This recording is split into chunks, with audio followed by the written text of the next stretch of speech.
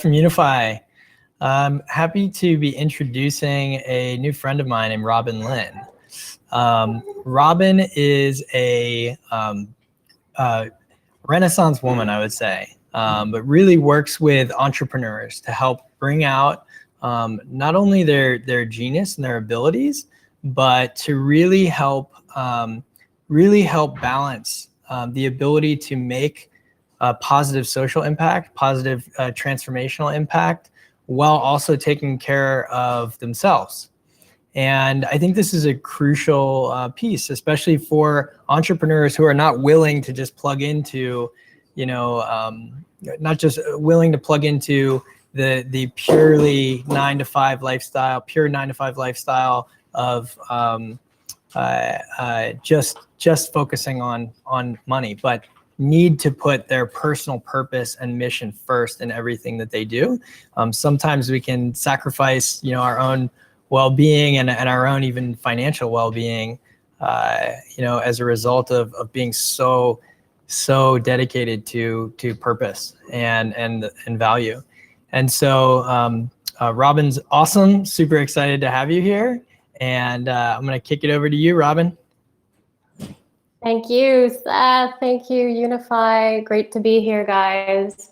So I have a lot to cover in a short time, and I'm going to be as succinct as I possibly can. And as Seth mentioned, absolutely sustainability and being at peace within ourselves is something that, as many of you know, being the change we wish to see creates the change in the world, as Gandhi mentioned many years ago.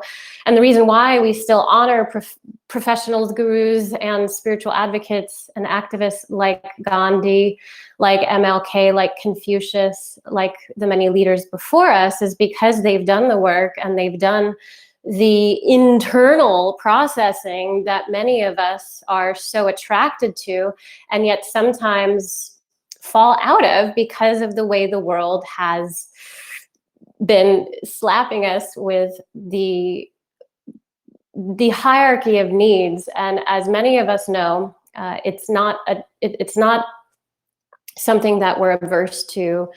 We all fear pretty much the same things. We all pretty much have the same types of insecurities or doubts or misbeliefs. We often, regardless of the evolution or the processes that we're going through, we may be at different levels of our practice along the way, but there are many similarities in how we can look to the leaders before us who've carried the torch and start to see ways of how we can improve not just the world around us, but ultimately ourselves. Because if we are capable of being, as the Buddha said, self-sustained, if we are able to utilize our own potency, as Jesus spoke to use our own self and source as the power that exists within us to then share the light, to share the love outside of us, that's how the world changes. And so I've been studying for about a year now. Every month I go and visit my monk friends over at Metaforest Monastery in Valley Center, California. And I'm honored to call my teacher one of the most astounding leaders of our time, Thanissaro Bhikkhu, also known as Ajahn Jeff. I call him Ajahn. And so Ajahn, who is a traditional Theravada Buddhist monk, which means he has practiced and been teaching direct from the Buddha lineage, very straightforward. It's a very intense practice. It goes beyond the idiosyncrasies that most of us practice early on in our spiritual development, and it cuts through the layers, as I would say, being a meditative practitioner and teacher for 16 years now. I've been teaching drug and alcohol addicts and billionaire CEOs alike, and what I've noticed and recognized over the years, no matter who is coming to me for support, mentoring, coaching, or consulting, whether it was a billionaire client or someone overcoming heroin addiction, trying to find his way back to life and sustainable well-being, everyone, no matter what they had been going through, they were all having an internal experience of some kind of suffering. And regardless of the level of suffering, it was always an intense level, and it was always at the peak, which is why they came to me to try to find a way out. And one of the things that I want to share with you is something that I will ask you to take away. And I'm going to ask you to take away something that involves you doing a little bit of work. And the work that I'm going to ask you to do is to figure out, and by the end of this discussion, hopefully you have figured out something closer into what allows you to integrate the equilibrium within yourself of sustainable well-being, in the sense of how you're making your money and how you're making your impact and how you're living life in a way that's sustainable, where you're able to take care of yourself.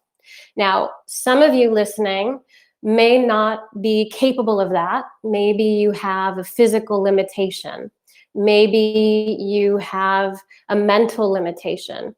Maybe you've gone through a lot of trial and error in business or in life, and there's certain life circumstances that are preventing you from doing the things that I'm asking you to do. So for those of you who may not be as capable as you'd like to be in this moment, just put a pin in it and maybe savor it and work on it, because over time, if you practice it and if you keep bringing it to the forefront of your life, it's something that you'll be able to work through. I promise you that if you keep it in the present moment and you keep acting on it and you bring persistence and action to it.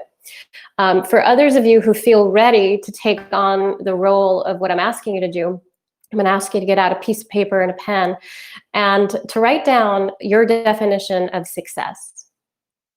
And when I ask billionaire clients, or I ask the people who are going through drug and alcohol addiction, or I ask single moms working in corporate jobs in Silicon Valley, raising twin boys whose husbands left them for another woman, who were left with the 6-figure, 7-figure a year income, raising twin boys on her own. A lot of people have come to me with not a lot of energy and not a lot of time to do the work that it takes to create peace within, and let alone making an impact and having peace outside in the world.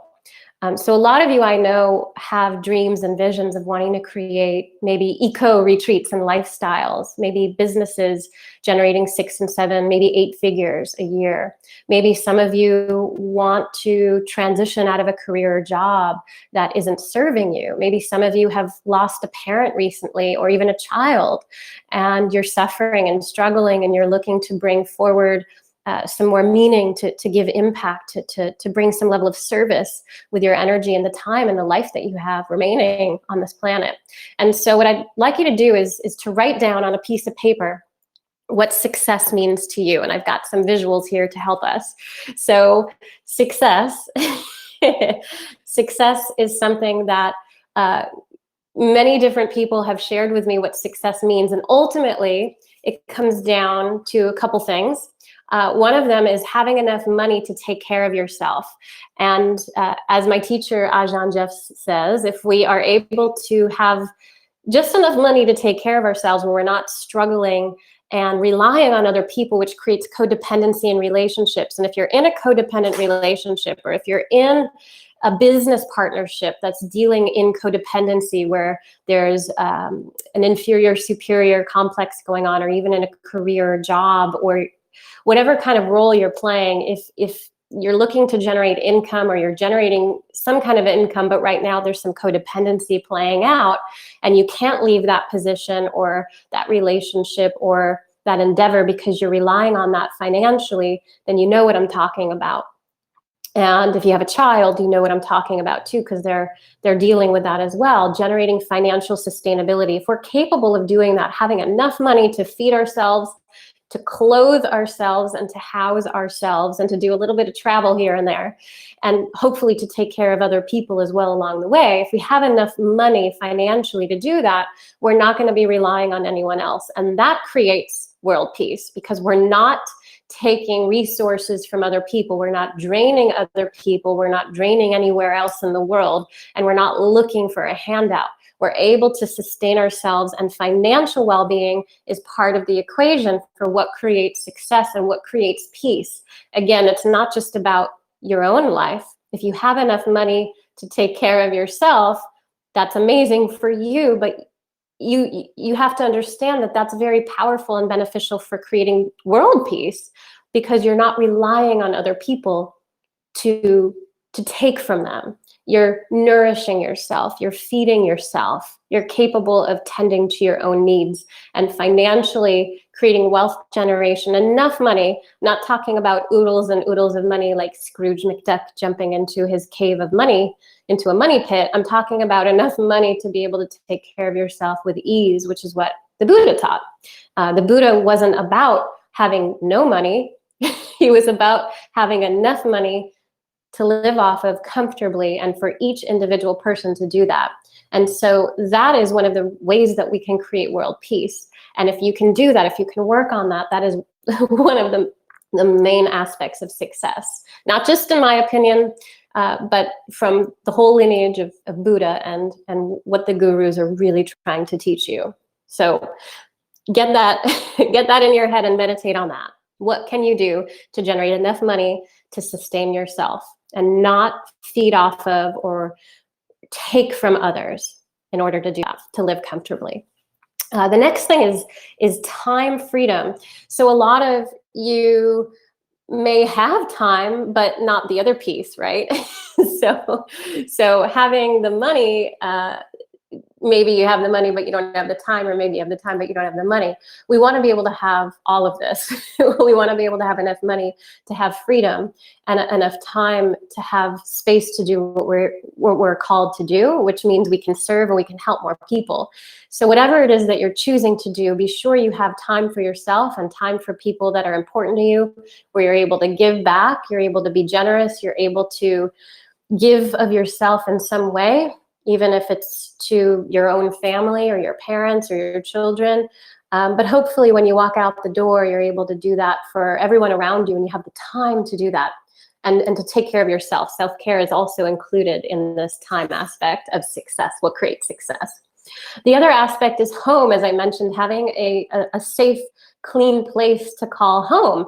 Now, many spiritual practitioners would say, well, wherever I go, I'm home, which is true.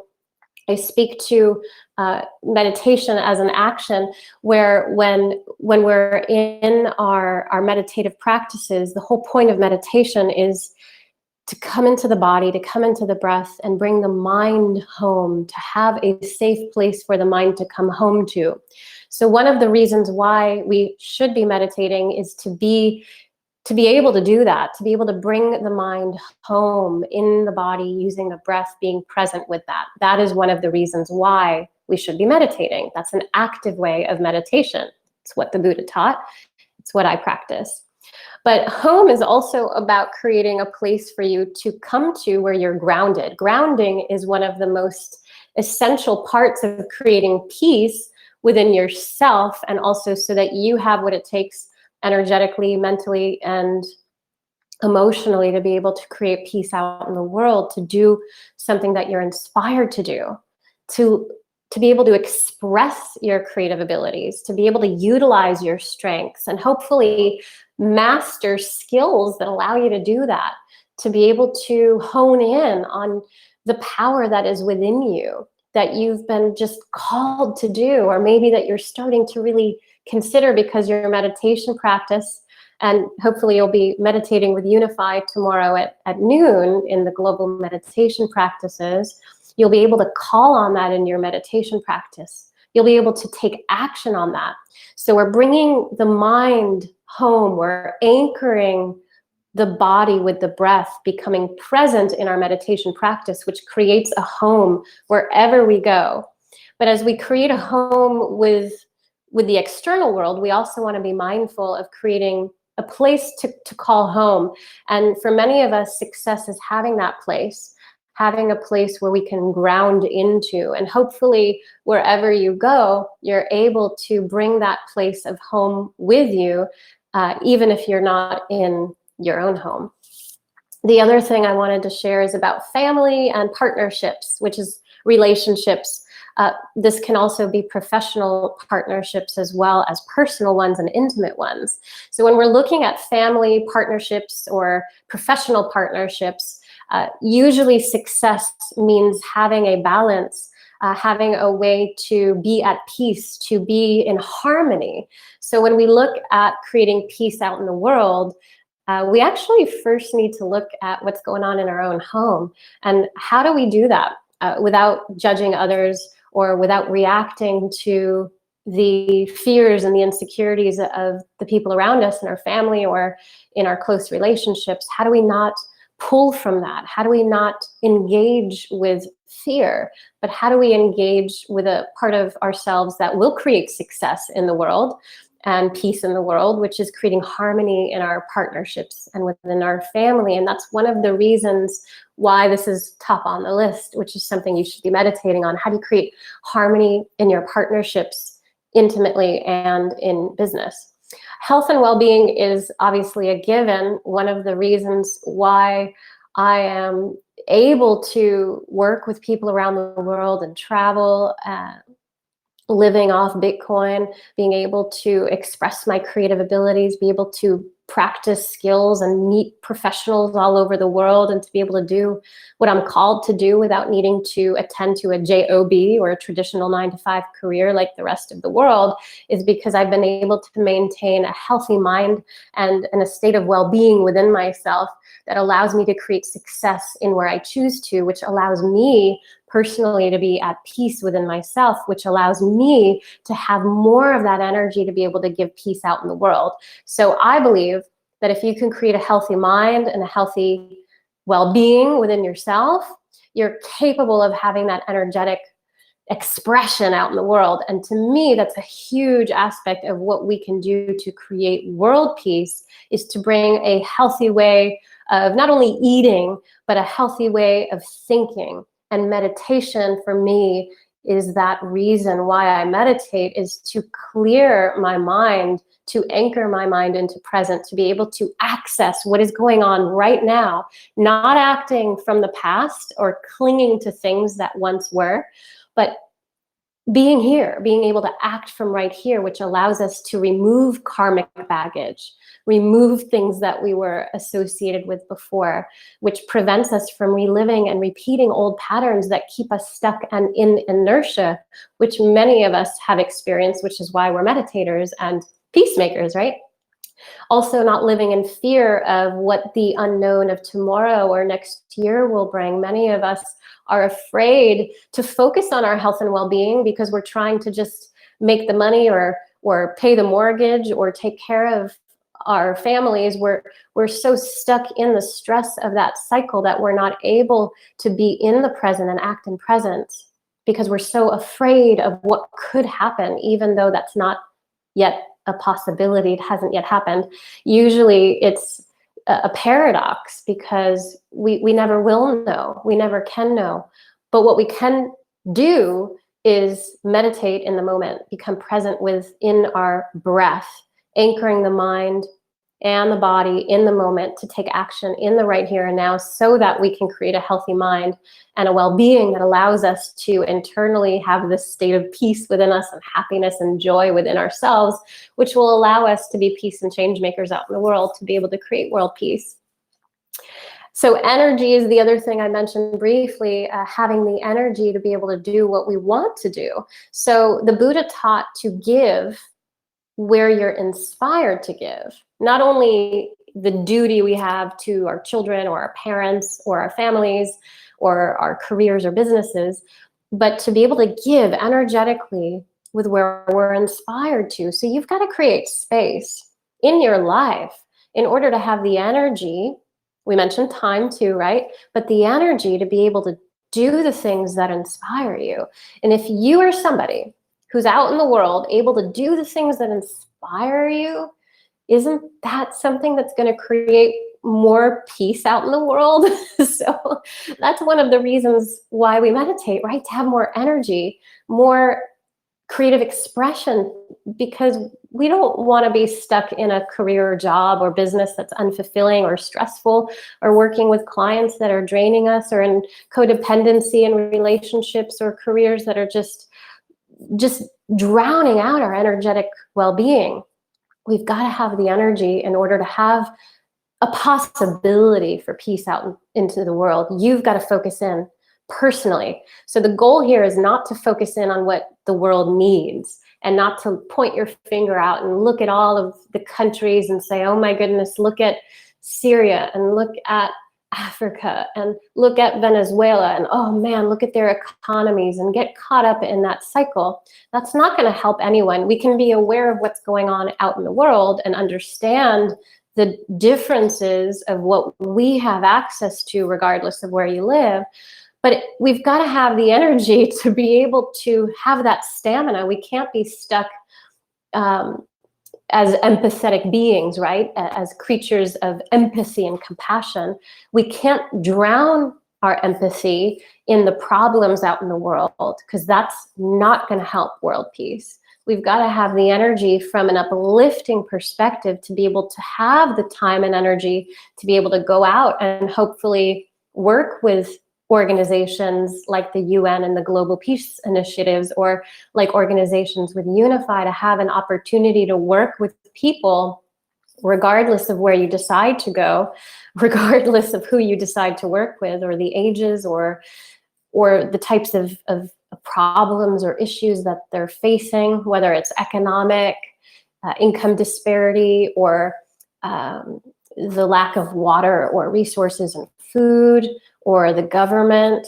Regardless of what the issues are out in the world, it's not going to help us by fixating and focusing on the problem, but by tuning in within our meditative practices to having more energy. Because once we do, you'll be able to direct that appropriately out in the world.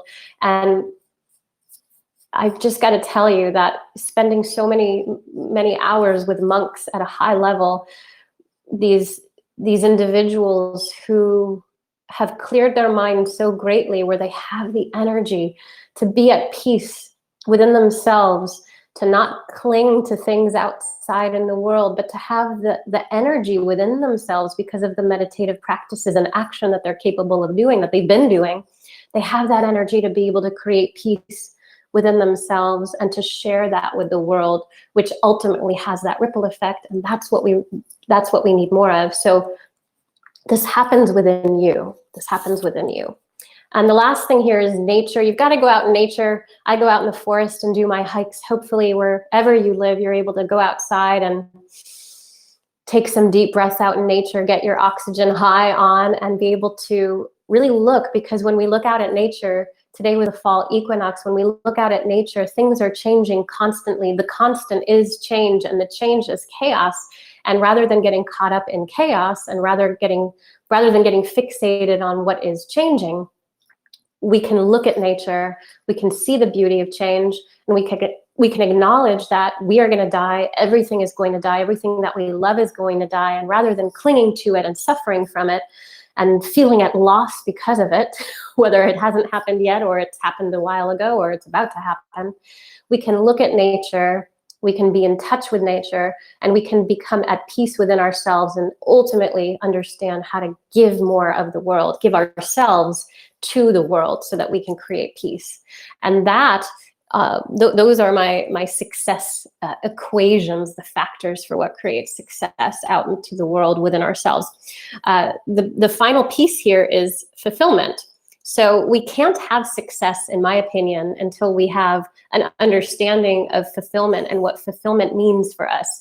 So early on in this discussion, if you popped in late, I asked you to write down what success means to you. So hopefully, if you didn't write that down, you have an idea of maybe now what success means to you. But I'm really interested, as well as your definition of success for yourself, to understand that for you, so that you can be a change maker and a peacemaker in the world. I'm interested now in addressing what fulfillment means for you. So I'd like you to now write down underneath your statement of what success means to you, I'd like you to write down what fulfillment means to you. What does fulfillment mean? What is fulfillment? Now, this list includes only one topic, and the one topic for fulfillment, regardless of what you wrote down or what you're thinking up, it's that my actions made a difference. And so I've been teaching for the past 7 years, every day. I've been shooting thousands of videos, blasting to millions of people around the world, teaching people mindfulness in business, meaningful business brand and marketing. I've been leading entrepreneurs. I've personally mentored and coached thousands and had the impact of working with millions of people through my videos and my content. And one of the things that I've recognized, and I wasn't clear on this before working so deeply with working with people to help them express themselves, to make money in a meaningful way. To me, that creates peace because we're conscious of what we're promoting, we're conscious of what we're doing, and we're making money in accordance with a higher level of intention. We're connecting to a meaning, something that's connected to compassionate living, something that allows us to become value givers, something that within us has us help people and serve people beyond ourselves alone. And if we can make money that way, if we can monetize our movements, if we can profit with purpose, we are able and capable of creating peace, not just within ourselves, but out in the world, because that's what we're expressing, that's what we're promoting, right? And that's why we're so attracted to these leaders and speakers and authors who seem to exemplify these qualities. So what I'm sharing with you are qualities that you can express and have within yourself and master within yourself. These are qualities that you can possess so that you can become at peace within yourself and have a happiness within yourself that's unbounded, that does not rely on anyone else, that doesn't rely on the world having to be a certain way for you or anyone in your life having to show up a certain way for you in any shape or form. But you decide and you cultivate that nourishment within yourself. That is what the Buddha taught. That is what meditation truly is. That is how we create happiness and peace within ourselves. And if we're walking that path and we're leaving that trail behind us, guess what's going to happen? We're going to create world peace because that's what we're doing. That's what Gandhi said. Be the change you wish to see. That's what it means. Meditation is about action, and fulfillment is about knowing that my actions made a difference. So hopefully you now can start to contemplate and meditate, and maybe tomorrow that's something you can do, is to assess within yourself how your actions can make a difference. You can start asking better questions that allow you to be in the moment, to take advantage of this moment. And that's what meditation allows us to do, to breathe and anchor us into our bodies and into presence. And if we are anchored into presence, we're able to be capable of utilizing our mental capacities, our talents, our skills, our intentions, our desires, and our calling. We're capable of bringing all of that together synergistically, packaging that up, owning that, and being an example of that. Those of you who follow Gary Vaynerchuk, one of the things that I love that he says, Gary V, he says, to demonstrate, don't talk about it. He said, one of the examples that he gives is LeBron James and Michael Jordan. People don't look at these professional superstars and think, you know, like, wow, I want to be like them, and just demonstrate their success. Like the end result is like this famous celebrity life. It's like, that's not going to get you that lifestyle. It's not going to bring you that success. What brings you that success is watching how they cultivated that path along the way, the success that amounted and the fulfillment that hopefully they've been able to achieve within themselves, and that we're able to receive that fulfillment by watching people that we enjoy, whoever that is, Deepak Chopra, Eckhart Tolle, Jay Shetty, people who you look up to that inspire you.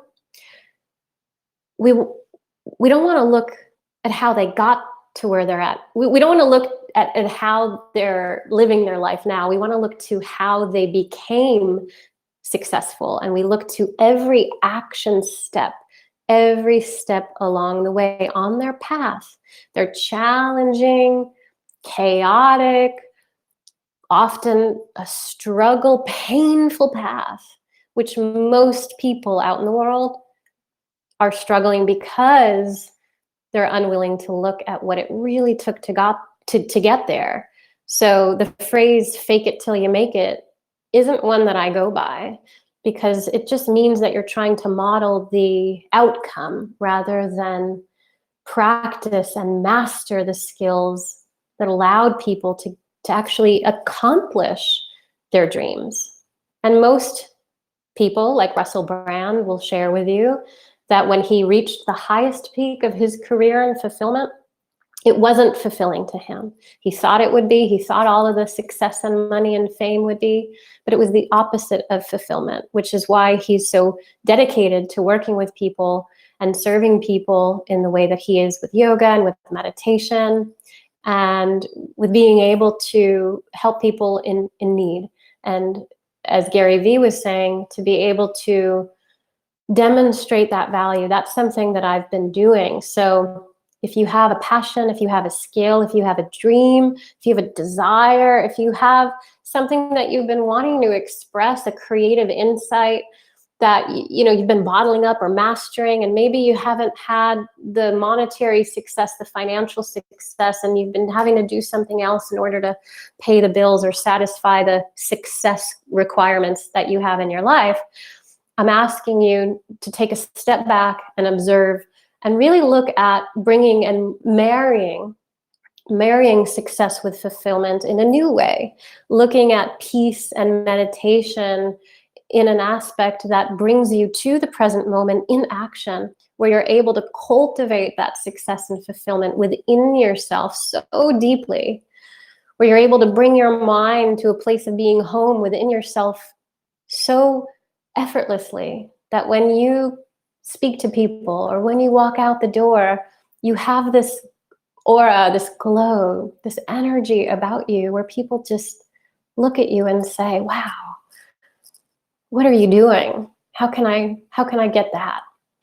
And that's something that I've been able to experience for the past 16 years. I am a sensitive empath, and like many of you, I'm sure you feel energy. So you've got to find that grounding in your meditation practice. You've got to find that force field and really hone in on the grounding around you to really protect your energy while being open. It's a paradox, being open and protected, being safe and grounded, yet free and unbound. It's a paradox, this life. And you've got to be okay with that, because if you're not, you're going to be floundering, and it's not going to be a very peaceful way, and you're not going to be able to create any peace out in your life, let alone out in the world. So external peace begins with the internalization of knowing how to become grounded within yourself, capable of expressing your creative abilities in a way that allows you to do what you're here to do, to make money in a meaningful way, because it is possible. It is possible. You've just got to understand that you've got to take action. It's not going to be easy because you're swimming up the stream, but your creative expression is worth it. The energy of having peace and happiness within you and emulating that and expressing that out in the world, it's worth it. But you've got to make the decision, and you've got to commit to it, and you've got to keep at it. So hopefully we'll see you at the UNIFY meditation practices. I'm Robin Lynn. with Zenibe, Zenibe.com. You can learn more about my meditation practices and the principles that I teach in wealth and well-being for a sustainable well-being so that you can make money in a meaningful way. I'm Robin Lynn. Share with me your comments, ask me questions. Hopefully UNIFY will see you as an influencer and leader, if not this year, then in the years to come. Thank you, guys. Thank you, Robin. That is awesome. Really, these I think that entrepreneurs play such a key role in this time in history and have such a kind of unique ability to influence society, culture, and it's so important that those who are really dedicated to using that superpower of entrepreneurship for good are in a good place and are taking care of themselves so that they can externalize that into their creations. So thank you so much for joining us. And we are rounding out tonight's broadcast. I think that was a perfect way to round things out. We've got a huge day tomorrow as we move into the Global Synchronized Meditation. It's going to be at 12 Pacific Standard Time tomorrow. Don't miss it. Wherever you are in the world, tune in with us at 12 Pacific Standard Time tomorrow for the meditation. And the best way to stay updated with that is to pull out your phone right now, or if you're on your phone now, pop over to your text message, or as soon as we finish here, and text the word UNIFY to 888-111. That's 3 8s, 3 1s if you're in the US. And if you're in Canada, it's 69922. You'll text the word UNIFY.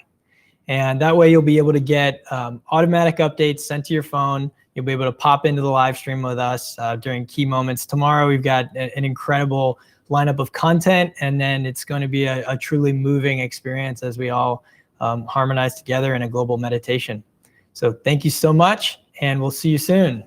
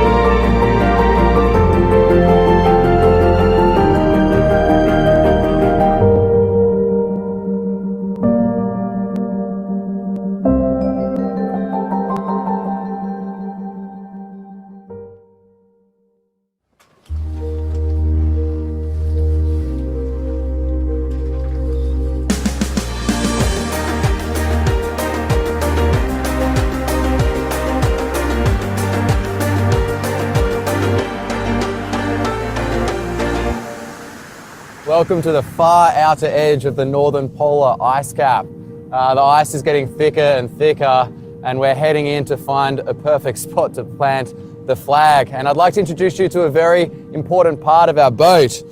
This totem pole here has been sitting proudly on the deck of Infinity ever since we picked it up in Vanuatu, where it was found in the jungle after it fell by natural causes from a tropical storm. It was then carved in a little hut on the outskirts of Port Vila, and ever since it's been standing on our deck. We've come to love this totem pole. It's seen us through storms, tropical storms, very cold storms up on the Arctic Circle. It's seen us through beating tropical sun, ice, rain, snow, and now today is going to serve its final purpose, which is to fly a flag for planet Earth here in the far north of the planet. Raising the flag up there in the north would be a milestone again, like for humanity. This is an opportunity to connect to people in a different way. To bring awareness that we all need to work together to have a positive impact on the planet. To inspire the rest of the world towards greater health. It feels like we're being part of the start of an adventure for everybody. And finally, we are here amongst the ice of the polar north. Here we are. It's all led to this one single moment.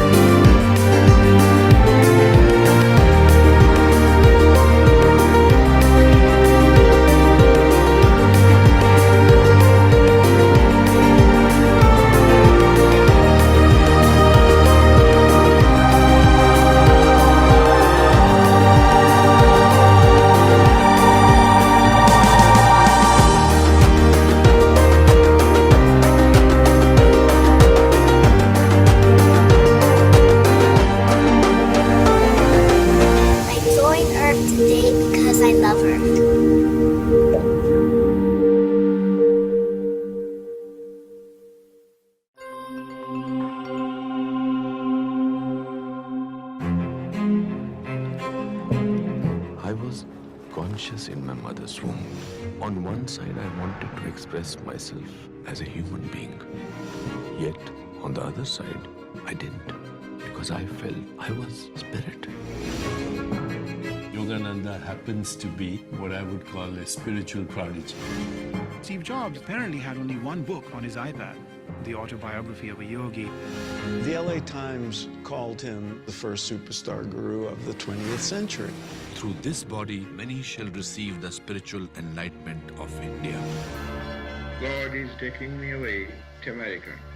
Yogananda arrives in Los Angeles, and on the first night, over 6,000 people attend his talk. Yogananda came and brought us a truth, a universal truth that no one can escape. Here is a small brown mystic from a nation that very few Americans had ever been to. And he is here delivering his message with such force that he's making converts by the thousands. He was put on a government watch list and kept under surveillance. There was literally a war against yoga being waged in the media. I am going through the severest trial of my life. Yoga has become something that you do with your body, but it's really about the mind. Yogananda said that there was a secret link between the body and the spirit. The technique of meditation, recharging the body battery with cosmic energy, but it is not a creed or dogma, but the science of the soul and spirit. If I hadn't read that, I'd just be, some horrible person. While he was writing the autobiography, we set off the first atomic bomb. The need for the teachings was more urgent than ever. He always said, the man who can reform himself can reform the world. The physical world is not the highest reality. There's something beyond that we can partake of.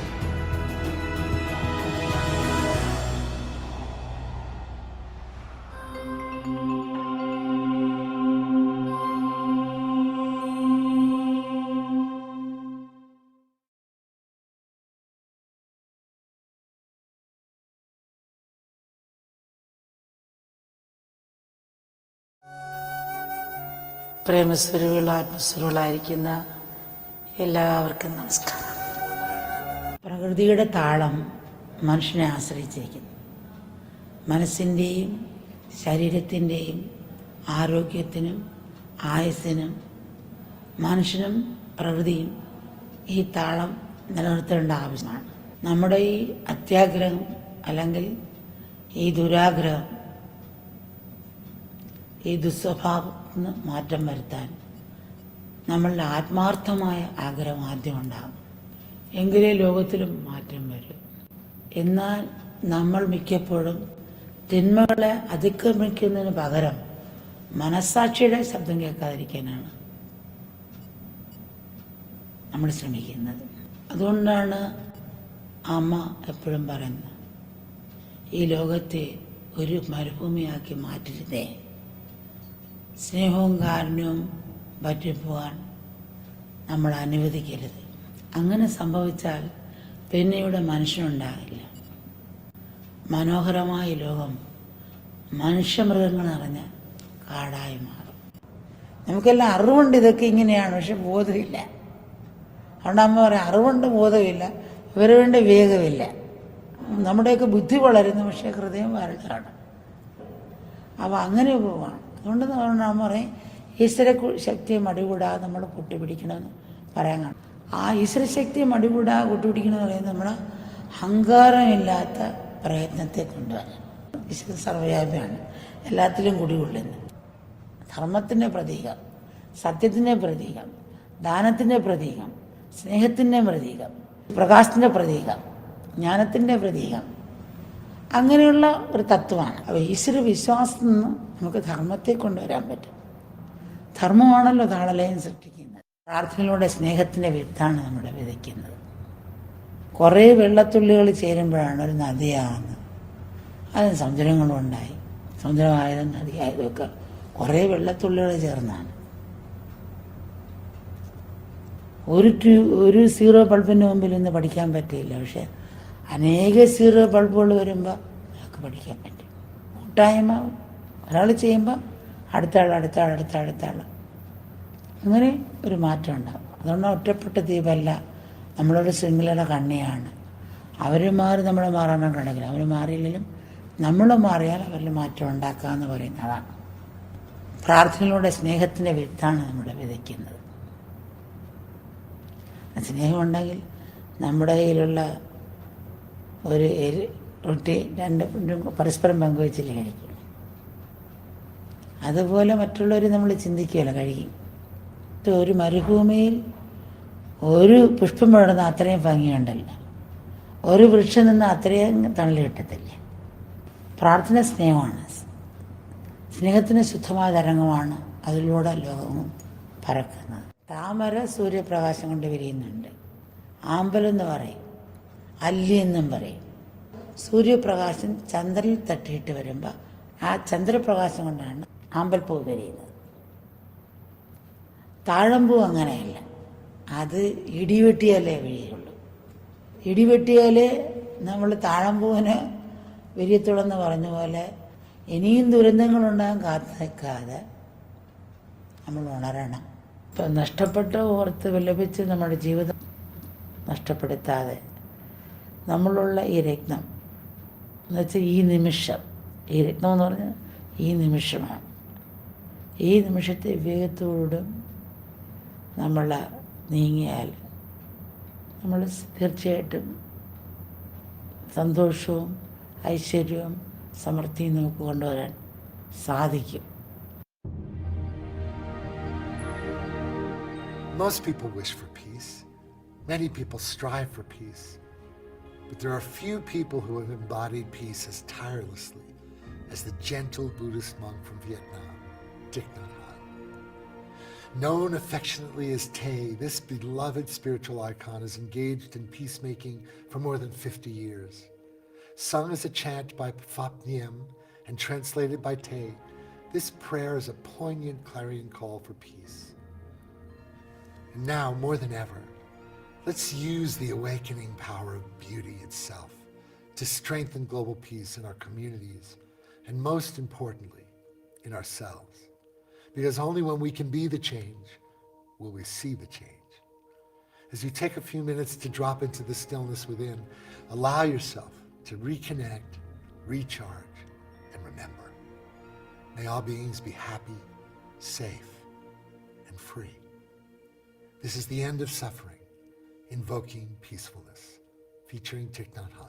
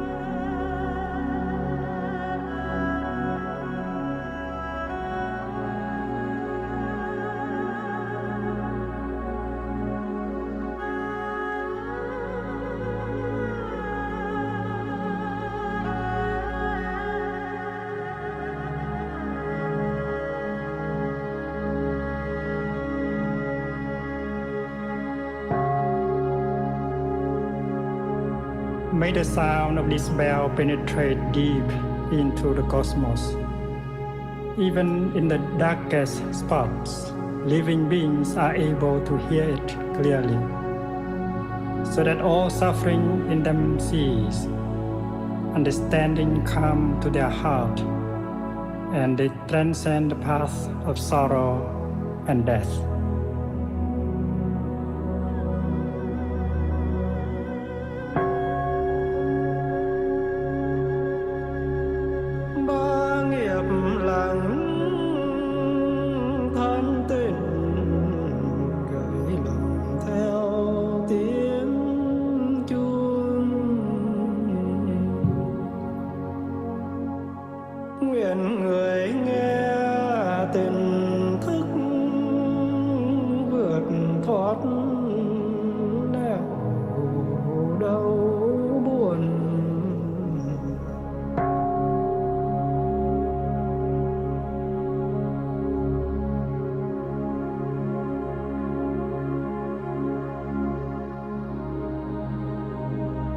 The universal Dharma door is already open. The sound of the rising tide is heard clearly. The miracle happens. A beautiful child appears in the heart of a lotus flower. One single drop of this compassionate water is enough to bring back the refreshing spring to our mountains and rivers.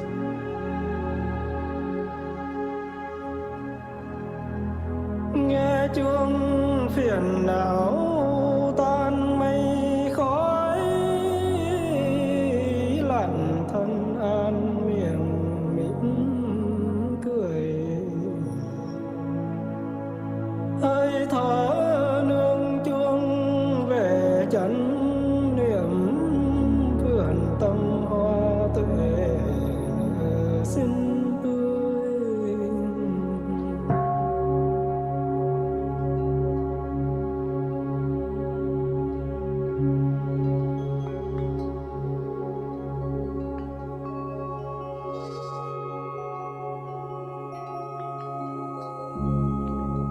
Listening to the bell, I feel the afflictions in me begin to dissolve. My mind calm, my body relaxed. A smile is born on my lips. Following the sound of the bell, my breath brings me back to the safe island of mindfulness. In the garden of my heart, the flowers of peace bloom beautifully.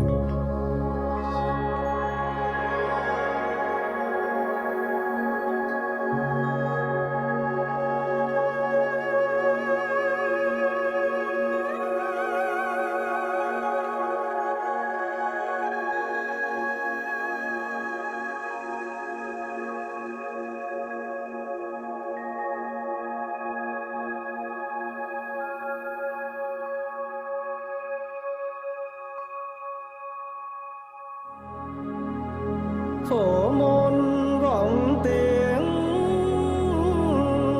tiểu dưng bé thơ xuất hiện giữa lòng đóa sen,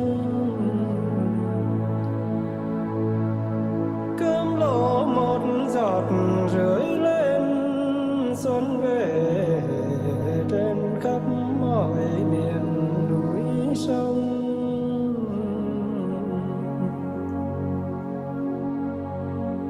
Phổ môn vọng tiếng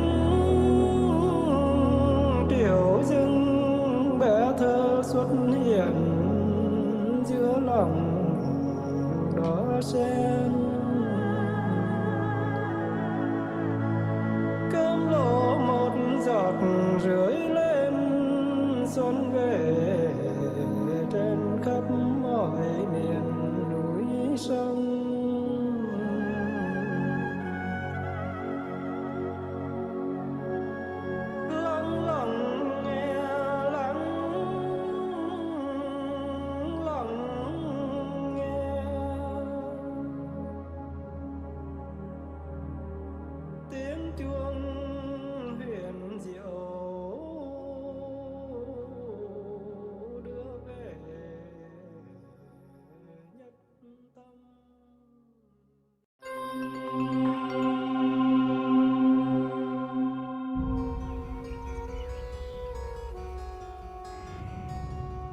My name is Tom Shadyac. I'm a movie director. Action!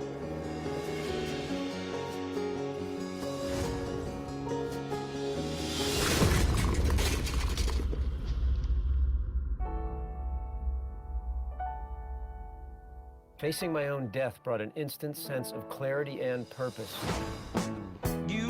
I decided to grab a camera and a film crew of 4 and start a journey to spark a conversation around challenging and rarely asked questions. Have you ever seen any of my movies? Did you ever see Ace Ventura? Ace Ventura? Did you ever hear that movie? It's a Jim Carrey movie. No.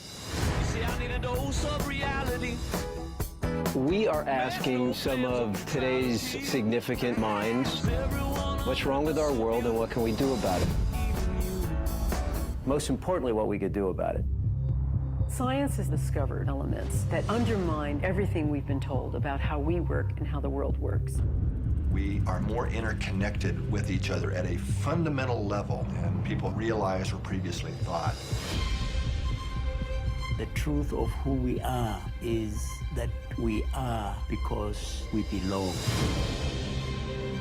The basis of nature is cooperation and democracy. It's in our DNA. We're just at the point where technology and this narrative are beginning to come together. The science shows us that we are all connected. Very deep connections at a very deep level. This is the most profound discovery in all of physics. What we do at the individual level really does affect the global environment. We're really geared at a primordial level to feel what another person feels. It's like we are born to be our brother's keeper. It's the way that we're wired. This is the emergent story. We are far grander than we've been told.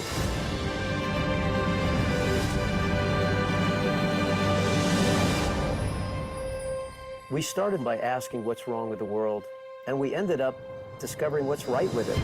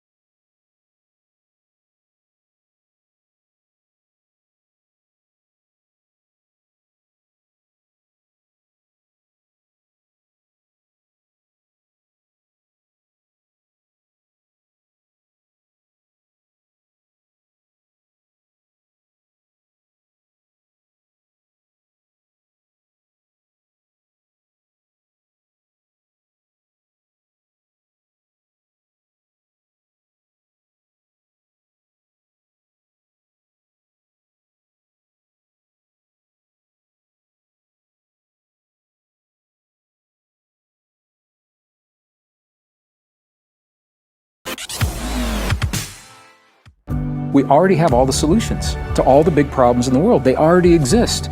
That people all over the planet are waking up. How you think and how you feel creates a state of being. Over 8,000 original episodes, films, and documentaries, so you can find your own answers to some of life's biggest questions, all on an ad-free platform designed to empower the evolution of consciousness. Go to Gaia.com today. In high school, I was a pretty good kid. It was just at home. My mom worked full-time. It made for a really, broken family. My brother was a student at Santa Fe. He had an 18-month-old baby. His wife was pregnant. And because he went to school during the day, he found a job in the evening or at night working at a hotel. When I became older, I kind of started talking to boys, and I ended up getting pregnant, and that's when things started going downhill. The offender's name is Anthony Cobbs. On the early morning hours of December 7th, a car pulled up. Anthony held him up. My brother gave him the money, but then he pulled the trigger and the gun jammed. My mom was disappointed. My dad was coming home from prison. One day we were arguing and I just couldn't take it anymore, and I was gonna leave, and she took my baby. My brother ran, but there was a desk in front of the door that would have exited to the outside, so all he could do was just lay down and hide under the desk. I tried to, follow her, and she blocked my way, and I pushed her. Anthony chased him in there and shot him point blank in the cheek and in the temple. And then she called the police, and I got arrested. I think we all know what peace is at some moment of time in our lives. We've fallen in love, we see a baby, the plant grows, you smell a flower. There's a moment where everything else vanishes. There is a drama that is unfolding before us. It is nonstop. It's always going to be there, and just to allow it to be there. Peace is allowing ourselves to say, at the core, I am part of this great mystery of life. Peace to me is claiming that. That's mine. No one can ever take it away from me. I am part of the magic and miracle of life. And if I am, so is everything and everyone else.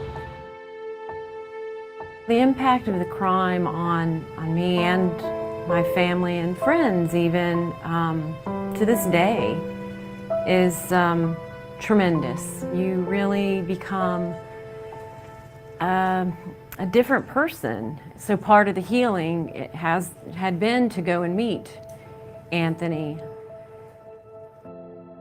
I had so many questions, and really the big question that I had, I think, my entire life until 2 years ago when I got to meet him was, why did you kill my brother? I'll never forget seeing him walk through the door. I was just so immersed with emotion, just a flood of emotion came over me, and I just cried. There were a lot of things that I wanted to say to him, and I wanted to let him know he had taken away a wonderful person. I thought to myself, I can't leave this room. I don't know if I'm ever going to see him again or communicate with him again without telling him I forgive him, because I do, and I needed to do that to free myself. So I said, is it okay if I shake Anthony's hand? And he jumped up, he leaned way over the table. His hand was on top of mine, and then in my other hand, I said, Anthony, I forgive you. And that was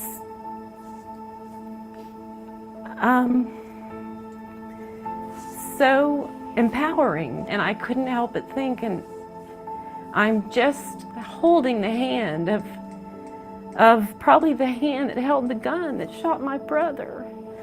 And if I can do that, and if I can forgive him, I can forgive anybody for anything.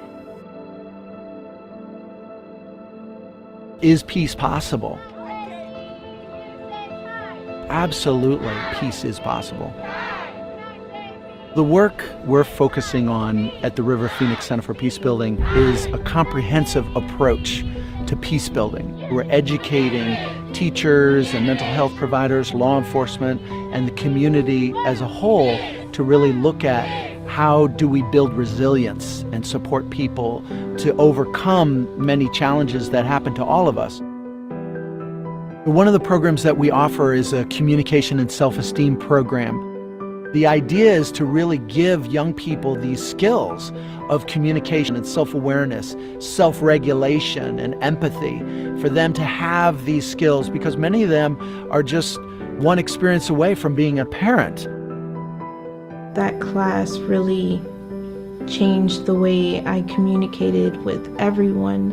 I spoke more clearly. I knew ways to kind of de-escalate bad situations and conversations. I used those things that we've learned from the class at home, and it helped a lot. I ended up moving out when I met my boyfriend Tony, and now we live together in our own apartment, taking care of Aiden. Everything is pretty much going great now because of the class. I feel like that really shifted my whole life. Peace building is a very exciting and emerging field around the world, and it has to do with providing structures and resources and support that address all levels of a society to lift everyone into their highest potential.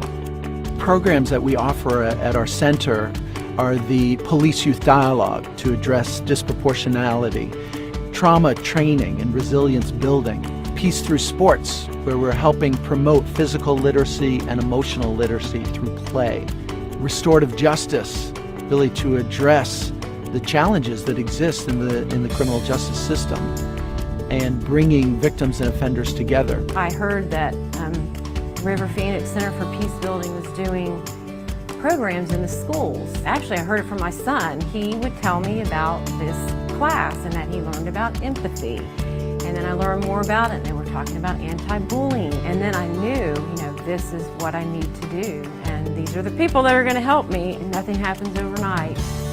But I do have a piece that I did not have before.